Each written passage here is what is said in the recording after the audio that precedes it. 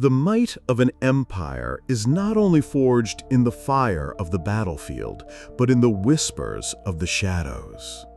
It is a story written not just in stone and steel, but in secrets and silence. Welcome to Echoes of Time. The Roman Empire summons images of unstoppable legions, marching in perfect unison, their standards glittering under the sun. We see the grandeur of the Colosseum, the engineering marvel of the aqueducts, a civilization that shaped the very bedrock of the Western world. But what if this visible strength, this monumental power, was merely the surface? What if the true foundation of Rome's enduring dominance was built on something intangible, something invisible? A clandestine network of spies, informants, and agents who operated in the dark corners of the known world, whose influence reached from the misty forests of Britannia to the sun-scorched sands of Syria. This is the story of Rome's silent puppet masters, an enigma that has puzzled historians for centuries. We will delve into a world where information was the most valuable weapon, and a single whisper could topple a king or save an empire. For centuries, the true nature of Roman intelligence has remained shrouded in mystery. The ancient texts give us fleeting glimpses, fragmented clues to a sophisticated apparatus of espionage. They give us names: the Speculatores, elite scouts and couriers who often doubled as imperial bodyguards and assassins; the Exploratores, the battlefield scouts of the early Republic who were the eyes and ears of the advancing legions; and most formidably, the Frumentarii, a name that would eventually be spoken with a mixture of fear and contempt throughout the empire. These were the agents of the emperor, men whose loyalty was not to the Senate or the people of Rome, but to one man alone.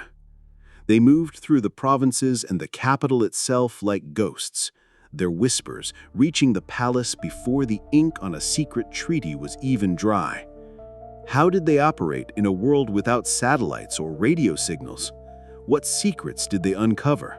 And what secrets would they kill to protect? The history of Roman intelligence is a tale of evolution, a journey from battlefield necessity to a formidable tool of imperial control.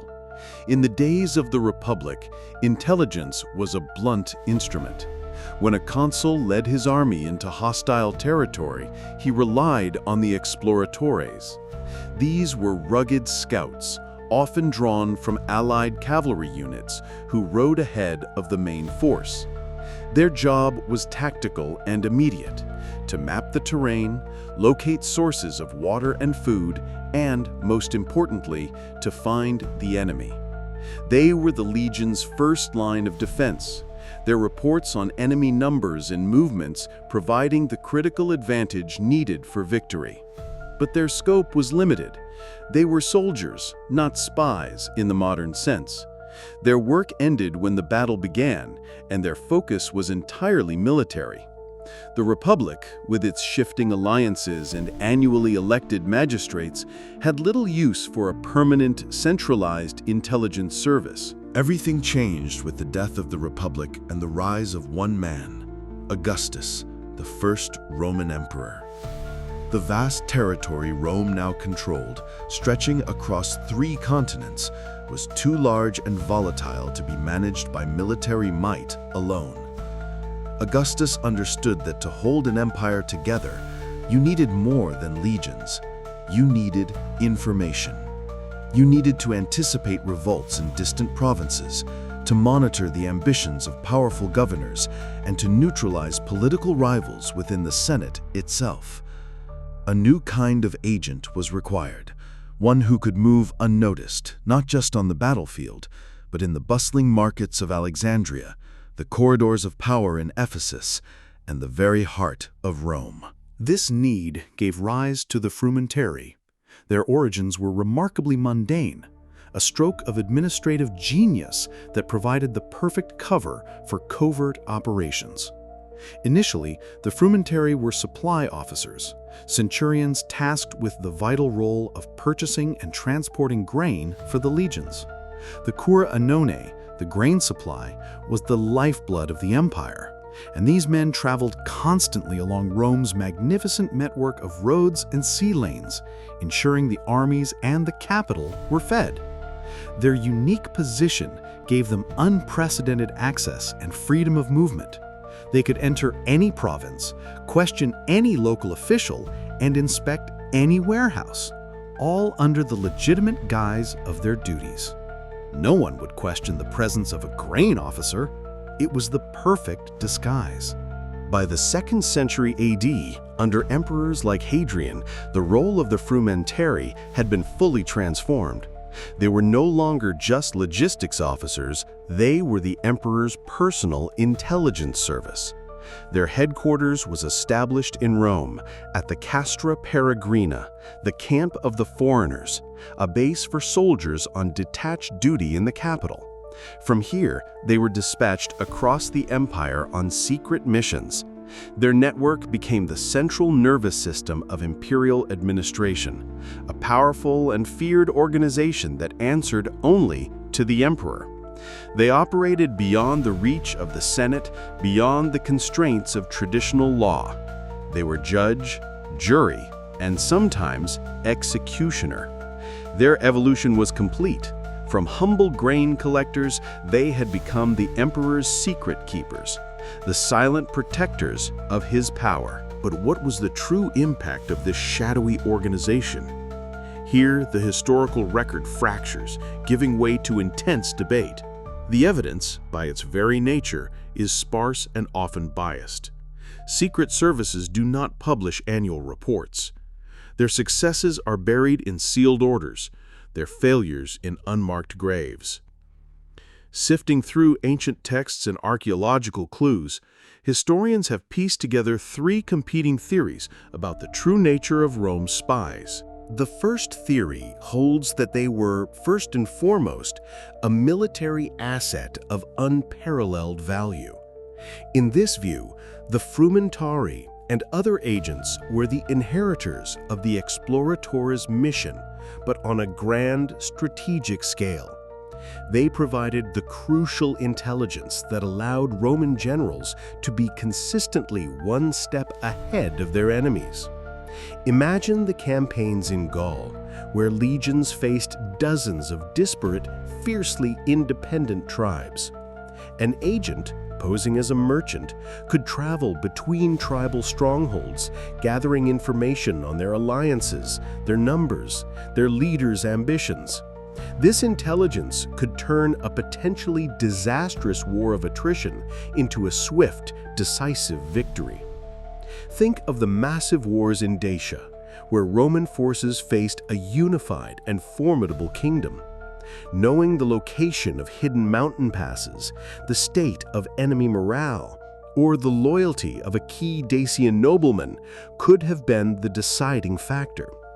In this interpretation, Roman spies were the invisible force multipliers that ensured the legion's continued dominance and the security of the empire's borders. A second, far more sinister theory casts these agents not as protectors, but as predators.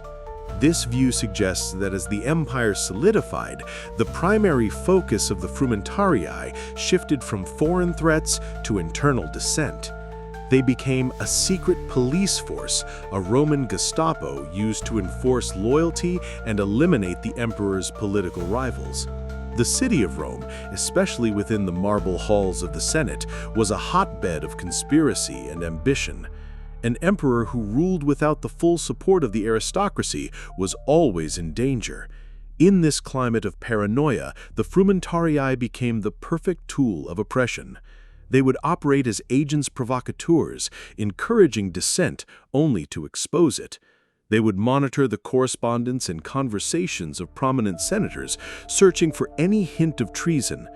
An anonymous accusation from a frumentarius could be a death sentence, leading to confiscation of property, exile, or a quiet execution.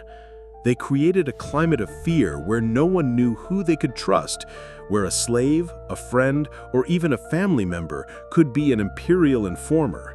They were the enforcers of the emperor's will, ensuring that power remained centralized and absolute. Yet there is a third possibility, one that challenges the cinematic image of an all-powerful, ruthlessly efficient intelligence network. This theory proposes that the effectiveness of Roman espionage has been greatly exaggerated and romanticized over time. The ancient world presented immense challenges to intelligence gathering. Without modern technology, communication was slow and unreliable. A message from the eastern frontier could take weeks to reach Rome, by which time the information could be hopelessly out of date. Furthermore, the network likely relied on a fragmented collection of local informers, individuals motivated by money, revenge, or the hope of imperial favor. How reliable could such sources be? Disinformation was a constant threat. A provincial governor might feed the emperor false reports of a conspiracy to eliminate a personal rival. A captured enemy might provide misleading intelligence to lead a legion into an ambush. It's possible that for every brilliant success, there were a dozen failures, misinterpretations, and dead ends. Perhaps the Frumentarii were not a monolithic secret service, but a clumsy, often unreliable apparatus whose legendary victories were the exception, not the rule. Untangling these theories is the great challenge for modern historians. The truth is not waiting in a single, well-preserved archive. It is scattered in 1,000 pieces across the ruins of the empire. Scholars must act as detectives, piecing together disparate clues. They might analyze a passage from a historian like Tacitus, reading between the lines of his aristocratic bias against the emperors and their secret agents. They might study military diplomas or building inscriptions that mention the Castra Peregrina, confirming the presence of this special unit in Rome. Even archaeology can offer whispers from the past. A lead curse tablet, discovered in a forgotten well, might name a suspected informant, revealing the fear and hatred these agents inspired in the general populace. Each clue is a faint echo, a fragment of a much larger, deliberately hidden story. The very secrecy that made them effective in their time now makes them almost impossible for us to fully understand. So we are left with an enigma. Were they the silent guardians who secured the frontiers and gave the empire centuries of stability? Were they the brutal enforcers of tyranny who strangled liberty in the heart of Rome itself? Or was their legend a myth, their power a phantom built from a few lucky successes? The truth may be a complex tapestry woven from all three. They were likely a multifaceted organization, their roles shifting with the needs and fears of the emperor they served.